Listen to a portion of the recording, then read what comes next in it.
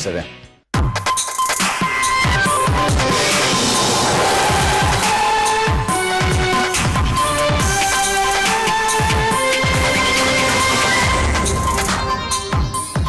Uomini al giorno per garantire la sicurezza all'Home Festival, al via fra pochi giorni, evento blindato, in campo anche squadra antiterrorismo, la polizia postale vaglia i siti a caccia di minacce o messaggi a rischio.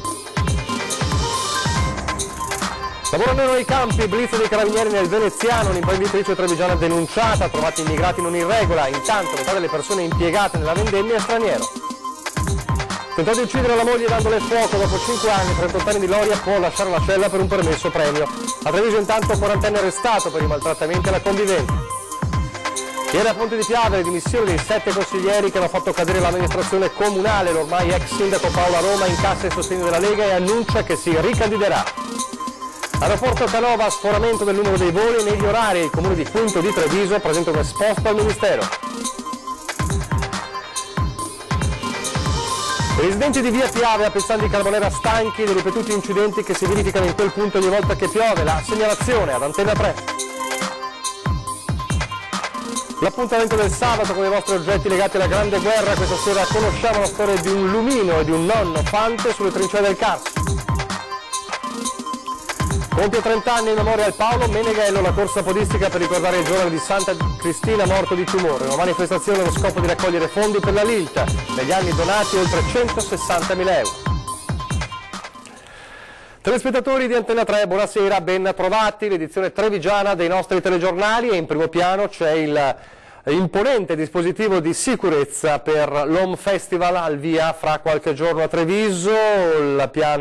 Il dispositivo è stato illustrato stamane dal questore di Treviso, in campo anche squadre antiterrorismo, mentre la polizia postale setaccia i siti web. 1000 uomini in 5 giorni per garantire all'Home Festival all'ex dogana la sicurezza. In campo, annuncia il questore Maurizio Dallemura, presentando l'apparato approntato per l'evento in partenza mercoledì prossimo, anche le squadre antiterrorismo di polizia e carabinieri. Il compartimento della polizia postale è stato incaricato di fare l'esame dei siti per vedere se ci sono minacce che possono riguardare l'Home Festival. Poi ci sarà la presenza ovviamente di personale della Polizia di Stato, dei reparti inquadrati per garantire il sereno svolgimento della manifestazione, con artificieri che si occuperanno della bonifica preventiva dell'area, anche con i cinofili. E poi ci saranno le squadre della SOS, dell'Arma dei Carabinieri, della UOPI, sono le squadre antiterrorismo, ma non ci sono segnali particolari. Il nostro dovere è quello di prevedere tutto quello che è possibile prevedere, con l'impiego di tutte le risorse che riteniamo necessarie per garantire il sereno svolgimento della festa. In fondo è una festa musicale, no? L'Home Festival. Potenziata la presenza in stazione della Polizia Ferroviaria per i 2 treni speciali allestiti da Organizzazione Trenitalia venerdì e sabato notte. Se i vigili urbani gestiranno la viabilità, sarà la Polstrada a cercare di contrastare i cattivi comportamenti alla guida. Quanto all'accesso all'area dei concerti, sarà regolato anche quest'anno da varchi. Attenzione, ammonisce il questore, a quello che si porta con sé. L'ingresso di spray urticante sarà assolutamente vietato. Quindi chi va all'Home Festival ci deve andare per godere della musica e dei concerti, non con altre intenzioni. Quindi saranno stringenti controlli ai varchi d'accesso per evitare che entrino questo tipo di strumento. Estate, stagione di lavoro intenso nei campi e nei vigneti, come sappiamo, con la vendemmia, e proprio nei campi i carabinieri di Venezia hanno effettuato dei controlli a tappeto contro il lavoro nero. Una imprenditrice trevigiana è stata denunciata. Lavoro nero nei campi, blitz dei carabinieri del gruppo Tutela Lavoro in provincia di Venezia che hanno chiuso 2 aziende e denunciato a piede libero un'imprenditrice trevigiana che impiegava in nero ben 8 lavoratori, 6 dei quali cittadini extracomunitari e uno privo del permesso di soggiorno. I militari hanno effettuato controlli in 11 aziende agricole nelle zone di Chioggia, Scorzè, Mira e San Michele al Tagliamento, verificando 51 posizioni ed elevando sanzioni per 35.000 euro. ed è in 2 differenti aziende di Chioggia e Scorzè che i carabinieri hanno riscontrato l'abuso, con gli 8 lavoratori in nero impiegati in un caso nella coltivazione del radicchio e nel secondo nella coltivazione e vendita diretta di ortaggi e frutta. Attività sospese perché la percentuale dei lavoratori in nero superava il 20% del totale della manodopera. L'imprenditrice è invece stata denunciata per violazione della normativa in materia di immigrazione, riscontrato infine anche un appalto irregolare. Impiegati invece regolarmente, in particolare nei vigneti, richiedenti asilo e stranieri. La conferma arriva anche dalla Coldiretti, un lavoratore su 2 non è italiano. Richiedenti asilo ospitati nei centri di accoglienza della Marca al lavoro nei vigneti per la vendemmia. Dei 280 che attualmente soggiornano all'ex caserma Zanusso di Oderzo, ben 200 sono stati temporaneamente assunti dalle aziende agricole del territorio per raccogliere l'uva. E lo stesso, con dimensioni più contenute, accade anche in altre zone e strutture. Una situazione confermata da associazioni di categoria degli agricoltori e consorzi di tutela, secondo cui in viticoltura addirittura 1 su 2 lavoratori è straniero. A usufruire dei migranti sono soprattutto le realtà più grandi e quelle delle zone collinari, dove la raccolta è meno meccanizzata. Un quadro che il senatore leghista Giampaolo Vallardi, già sindaco di Chiarano, comune nel cuore del territorio dei vini del Piave, respinge. Non credo, tutto da verificare, quello che si dice in questi giorni, che noi abbiamo bisogno di queste persone per poter portare a termine questo lavoro della vendemmia. Poi se qualcuna di queste persone viene integrata nel territorio è quello che tutti chiedono, se sono pochi va bene anche integrarla, di più non ne abbiamo bisogno. Impiego di migranti e stranieri che fa alzare la guardia rispetto a fenomeni già visti in altre zone d'Italia come il caporalato. Per Vallardi in Veneto non si corre però questo rischio. Io non credo assolutamente che si vada incontro in questo territorio a situazioni di caporalato, perché non fa parte assolutamente della nostra cultura. Io da giovane vendemmiavo, era un divertimento vendemmiare, era un divertimento per riunire la famiglia, per riunirsi con i parenti. C'è stato qualche momento di difficoltà quando i voucher non c'erano, sono appena stati reintrodotti, che tra l'altro erano stati cancellati dal governo di sinistra. Oggi su richiesta degli stessi agricoltori e delle associazioni di categoria sono stati reintrodotti, quindi assolutamente problemi di caporalato non ce ne saranno e non ce ne sono. E proprio sui migranti, sulle frasi all'indirizzo dei migranti, ma non solo, anche dei Rom, come sappiamo si è basata la denuncia dei 5 esponenti della sinistra trevigiana che hanno presentato un esposto alla procura contro il ministro dell'Interno Matteo Salvini per istigazione all'odio razziale. Ne abbiamo parlato ieri ed è una vicenda che continua ad alimentare il dibattito. Mentre continua ad essere tesissima la situazione per la vicenda della nave Diciotti, continua a far discutere a Treviso la denuncia per istigazione all'odio razziale depositata in procura da 5 cittadini esponenti della sinistra trevigiana contro il ministro dell'Interno Matteo Salvini. Luigi Calesso, Gabriella Casagrande, Marta Cassano, Said Caibi, Renato Zanivan chiedono ai magistrati di verificare se in alcune affermazioni del segretario del Carroccio su migranti e Rom vi siano elementi che configurano appunto il reato di istigazione all'odio razziale ed etnico, allegando all'esposto sia le interviste in questione rilasciate da Salvini sia i commenti sui social media scatenati dagli stessi post del ministro. La Lega intanto fa quadrato attorno al leader. Matteo Salvini aveva nel suo programma elettorale le espulsioni e naturalmente tutto quello che riguarda tutti quei profughi o finti profughi che sono arrivati in Italia, è andato al governo, è diventato ministro dell'Interno e sta eseguendo esattamente quello che era il programma elettorale della Lega e soprattutto di Matteo Salvini. Il PD, per voce dell'ex vice sindaco di Treviso Roberto Grigoletto, invita ad indignarsi per le parole del ministro dell'Interno, ma non a fare il suo gioco. Salvini fa apposta a lanciare queste provocazioni, a poi amplificarle attraverso i social media, attraverso i mezzi di comunicazione e a creare quindi queste contrapposizioni tra i cittadini nell'opinione pubblica. Andare dietro alle cose assurde che va dicendo, perché ricordo che stiamo parlando di persone umane, e fare il suo gioco. Non bisogna quindi fare cassa da risonanza, occorre indignarsi ma non facendo il suo gioco. E sulla questione, sul dibattito, abbiamo sentito anche l'opinione dei trevigiani, sentiamoli. Penso che abbia ragione Salvini, perché ormai tutti i cittadini sono stanchi di questa situazione. Qua a Treviso basta guardare, insomma, siamo invasi da persone nulla facenti. Per carità, se venissero qua a lavorare nessuno dice niente, ma dobbiamo mantenerli, ormai sono anni che li manteniamo senza far niente, non ha senso. A Napoli vivo qui da 10 anni e quindi posso capire e comprendere il problema.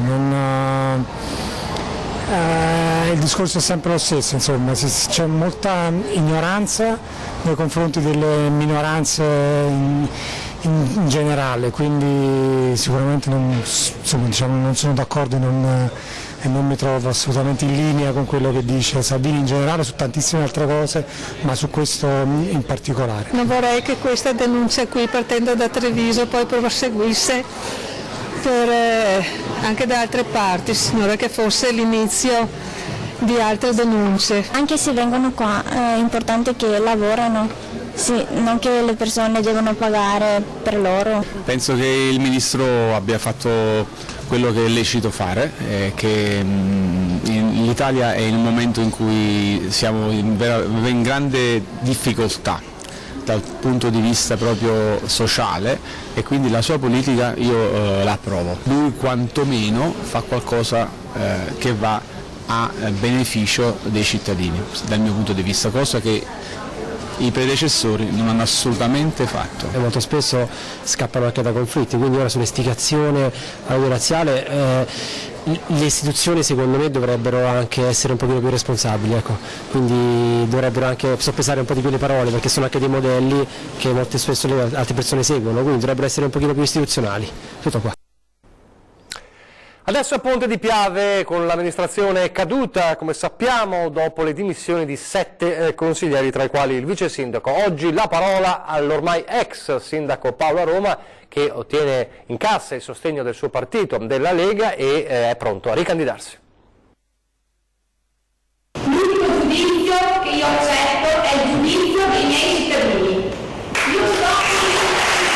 E al giudizio dei cittadini ha annunciato che si sottoporrà ancora una volta Paolo Aroma, ormai ex sindaco di Ponte di Piave, dopo le dimissioni di vice sindaco e 6 consiglieri che hanno fatto cadere l'amministrazione. Si ricandiderà alle elezioni del prossimo anno e la Lega sarà al suo fianco, come ha dimostrato la presenza del segretario nazionale Gian Antonio D'Arè, di deputati e senatori, sindaci e telefonicamente anche del governatore Luca Zaia.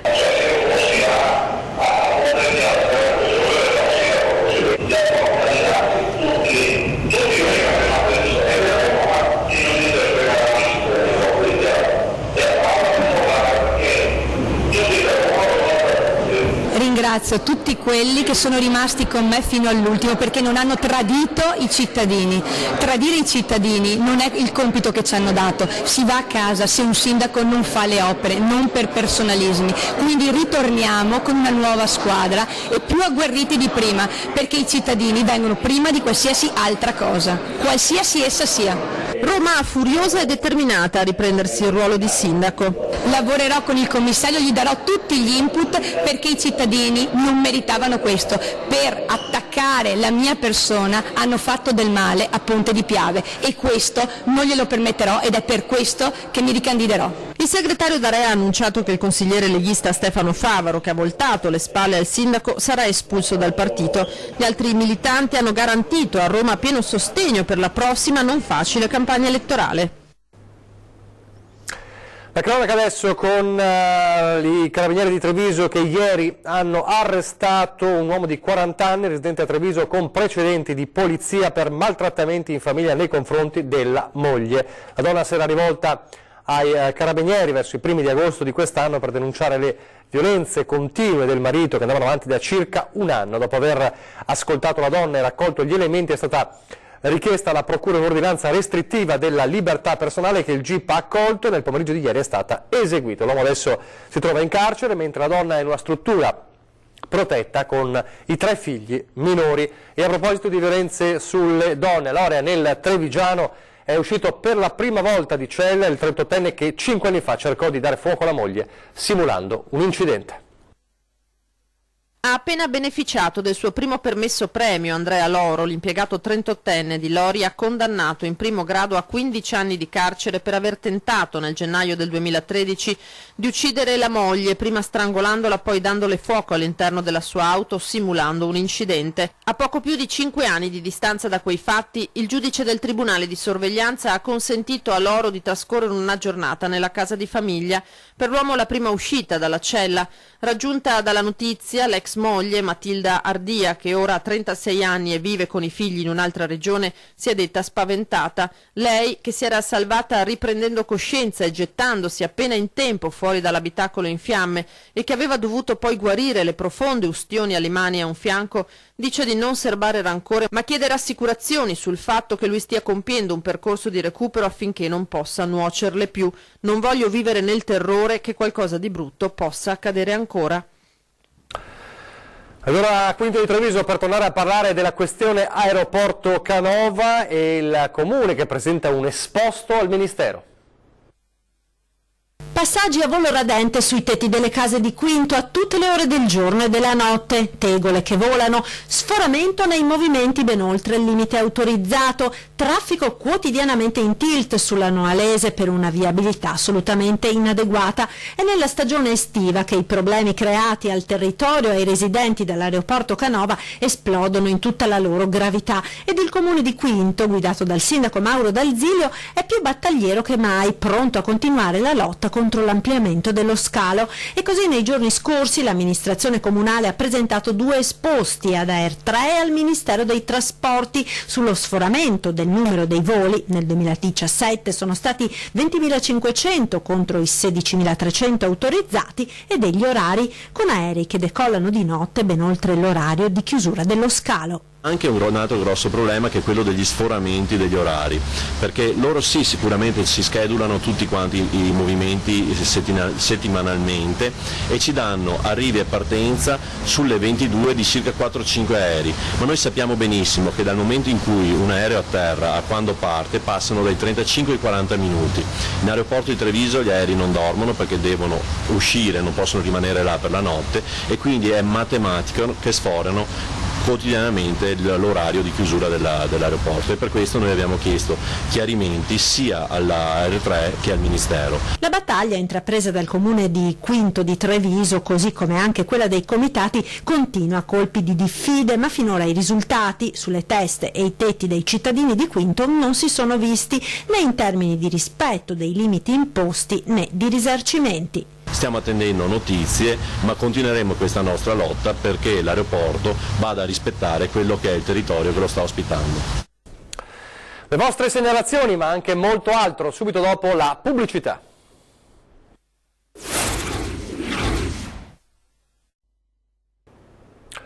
Ed eccoci in studio in diretta, il telegiornale di Treviso, dunque lo spazio dedicato alle vostre segnalazioni. A chiamare Antenna 3 oggi sono i residenti di Via Piave a Pezzan di Carbonera, stanchi dei ripetuti incidenti che si verificano in quel punto ogni volta che piove. Vediamo.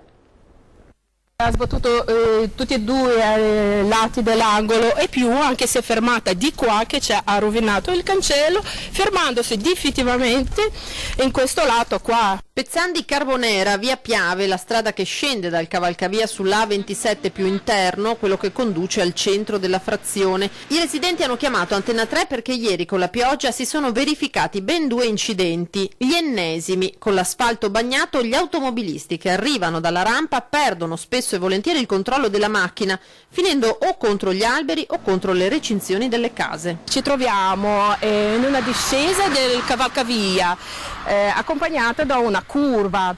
Praticamente vediamo che ci sono anche le strisce pedonali. Se noi andiamo a salire su per cavalcavia vediamo che c'è un segnale in precedenza di 30 all'ora, però questo segnale a parere nostro è anche troppo lontano. Io dico che negli ultimi 3-4 anni sono cose veramente periodiche, questione di un mese e mezzo succede sempre qualcosa. E secondo voi quali sono i motivi? Il fondo stradale principalmente, perché parlavo con un signore che abita qua da tanti anni, mi ha detto che da quando hanno costruito questo cavalcavia la manutenzione stradale non è mai stata rifatta. Sono molto dispiaciuta di questa cosa, perché avendo in casa una bambina di 10 anni e una mamma che ha 65 anni che poco si muove, ho paura di farle uscire per strada appunto per questo tipo di rischio. Aspettiamo che prendano le decisioni sul serio e che ci intervengano al più presto possibile. I residenti hanno segnalato più volte la problematica al comune, che però non è mai intervenuto. Di fronte agli ennesimi incidenti hanno deciso di chiamare la nostra emittente. Speriamo che il comune o chi per esso insomma si pensi di fare qualcosa, di sistemare le cose, perché non vogliamo, ripeto, aspettare che si faccia male a qualcuno. Allora noi chiederemo all'amministrazione di Carbonera chiederemo lumi sulla vicenda, come sapete, come hanno fatto anche residenti di via Piave a Pezzano. Potete segnalare i vostri problemi, i vostri disagi, lo dico ad Antenna, redazione @antena3.it per scrivere una mail, 0422 023 0898 per lasciare un messaggio in segreteria, 351 175 5340 per SMS e WhatsApp. A proposito di Lo dico ad Antenna, ieri abbiamo raccolto le preoccupazioni dei lavoratori ambulanti del mercato di Conegliano, preoccupati che il mercato venga ridimensionato o spostato dal centro. Abbiamo raccolto allora la risposta e le rassicurazioni soprattutto dell'amministrazione comunale di Conegliano. Sentiamo il vice sindaco. Sicuramente ci sono delle problematiche sul mercato per quanto concerne la sicurezza soprattutto perché le bancherelle ostruiscono il passaggio, non permettono il passaggio dei mezzi di sicurezza in sicurezza e quindi c'è qualche difficoltà.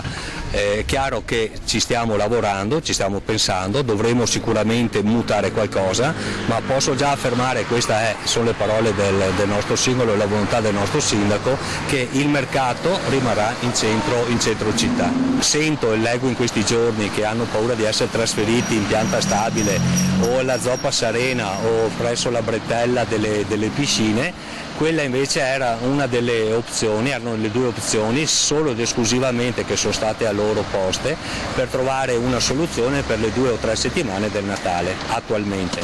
Poi in futuro ci sarà un tavolo, è la volontà del sindaco, il sindaco si sta attivando per organizzare un tavolo dove logicamente ci saranno anche gli ambulanti e i loro rappresentanti, quelli del commercio, per valutare quale sia la soluzione migliore per il futuro del mercato. Ribadisco, il mercato rimarrà in centro città. Importante le rassicurazioni non del vice sindaco, come avevo detto, ma dell'assessore all'urbanistica. Adesso la memoria, il nostro appuntamento del sabato con la memoria della Grande Guerra e con i vostri oggetti legati alla Grande Guerra. Questa sera parliamo di un lumino speciale, di un nonno Fante sulle trincee del Carso. Mio nonno ha fatto la guerra 15-18 nel Carso, a Oslavia, sul Monte San Michele, e era sergente maggiore, e anche suo fratello era un cappellano militare della Croce Rossa dei Camilliani, ferito durante la guerra. Una delle 5.800.000 storie di altrettanti soldati italiani, tasselli di quel mosaico unico che è stato la Grande Guerra. E storie che vanno al di là della vita di ogni singolo protagonista, perché sono impresse negli oggetti che ci hanno lasciato. Come per questo pezzo di lattina che conteneva il grasso per la manutenzione del 91, i fucili simbolo come per questo pezzo di lattina che conteneva il grasso per la manutenzione dei 91, i fucili simbolo nel bene e nel male del nostro esercito al fronte. Questo è un oggettino riutilizzato dai soldati in trincea e hanno fatto un lumicino ad olio. Questo l'ho trovato a casa mia, che ho tanta roba di mio nonno. Siamo a Revine Lago e questo è forse l'esempio più vivo di che cosa significhino questi oggetti per molte famiglie trevigiane. Oggetti oggi arrugginiti e apparentemente inutili sono in realtà delle reliquie laiche di quel martirio che è stata la guerra. Testimonianze vive e concrete che si tramandano di generazione in generazione. Mai più guerre, perché ne hanno visto abbastanza. Una sera, per esempio, che i tedeschi e austriaci hanno menato il gas sulle trincee, Mio nonno, che aveva reso conto dei soldati, che aveva un battaglione per conto suo, che segnava i morti di tutti i giorni, mi ha raccontato quella sera che hanno mollato il gas i signori austriaci, da 3.300 che erano il giorno detto è stata fatta la conta, sono rimasti in 336. E questa latta vuota, recuperata in trincea, tagliata e sagomata in un piccolo lume ad olio da un fante in attesa del prossimo assalto, ancora oggi continua a tenere accesa la fiamma del ricordo di questi morti. E adesso invece tenendo in mano questo lumicino recuperato, cosa le fa pensare? Come devo pensare? Penso come mio nonno che mi ha detto mai più guerre.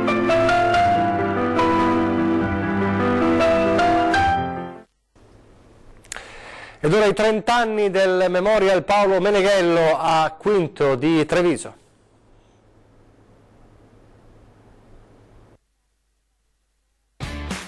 Si rinnova per la 30ª volta questo Memorial, che è una corsa o una camminata, come si preferisce, per ricordare il nostro fratello che è morto giovane di una grave malattia. Paolo se n'è andato a soli 23 anni per una rara forma di tumore della pelle. Sono passati 30 anni eppure la comunità intera di Santa Cristina di Quinto continua a ricordarne la memoria con una corsa podistica che dai 60 partecipanti della prima edizione nel 1989 ha raggiunto le oltre 2100 persone nel 2017.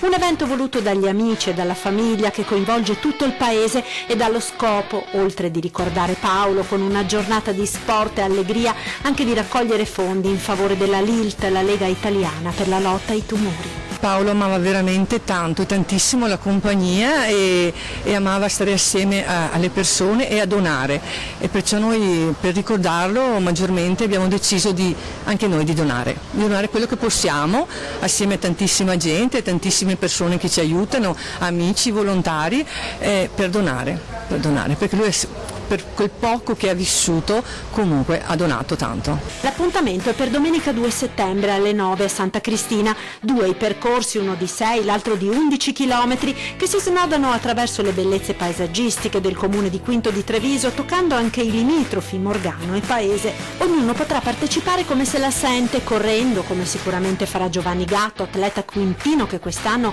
ha guadagnato il 6° posto nei 3000 siepi ai mondiali di Tampere, o semplicemente camminando, magari approfittando dei tanti punti di ristoro. Quel che non è mai mancato è la solidarietà e la voglia di donare per aiutare la prevenzione e la cura del cancro. La LILT quest'anno compie 40 anni e da 30 c'è questo sodalizio con il Memorial Meneghello, perché le sorelle hanno deciso di ricordare il fratello appunto scomparso per tumore con questa manifestazione, che è davvero una manifestazione corale che coinvolge tutto il paese. Questo ci fa piacere perché tante sono le manifestazioni di solidarietà per la LILT, ma che continuino per 30 anni con questa costanza e con questa fiducia verso l'associazione ci rende davvero felici di essere partner di questa manifestazione. Pensi che negli anni ci hanno dato oltre 160.000 euro.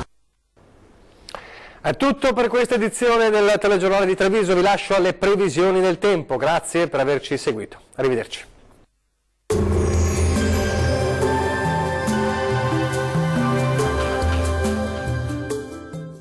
General Beton Calcestruzzi, a fianco di chi costruisce e lavora in qualità. General Beton è presente in tutto il Veneto, Friuli, Venezia Giulia e all'estero. Ben ritrovati al meteo. Tempo ancora molto instabile sulle nostre regioni, ma andrà via via migliorando. Vediamo il dettaglio. Sul Veneto tempo ancora instabile, con rovesci e temporali anche forti nella prima parte della giornata. Fenomeni comunque via via in attenuazione col passare delle ore. Qualche schiarita soleggiata in più al pomeriggio migliorerà ovunque entro la serata. Temperature in ulteriore calo, con minime tra 10 e 14 gradi, massime comprese invece tra 17 e 21 gradi circa. Spostiamoci ora a vedere che tempo farà sul Friuli Venezia Giulia. Poche novità, anche sulla nostra regione il tempo sarà molto instabile, specie al mattino. Andrà via via migliorando dal pomeriggio con qualche pausa più asciutta e soleggiata. Entro sera fenomeni in cessazione su tutto il territorio. Temperature in diminuzione con minime tra 12 e 16 gradi, massime comprese invece tra 18 e 20 gradi circa. Infine la situazione meteorologica del Trentino Alto Adige. Non cambia di molto la previsione, sarà molto instabile infatti al mattino, con temporali frequenti un po' ovunque, migliorerà un po' su tutti i settori, con ampio soleggiamento già a partire dal pomeriggio. Temperature minime tra 11 e 12 gradi, massime attese invece intorno ai 23 gradi. Dal meteo di Antenna 3 per ora è tutto. Arrivederci al prossimo aggiornamento.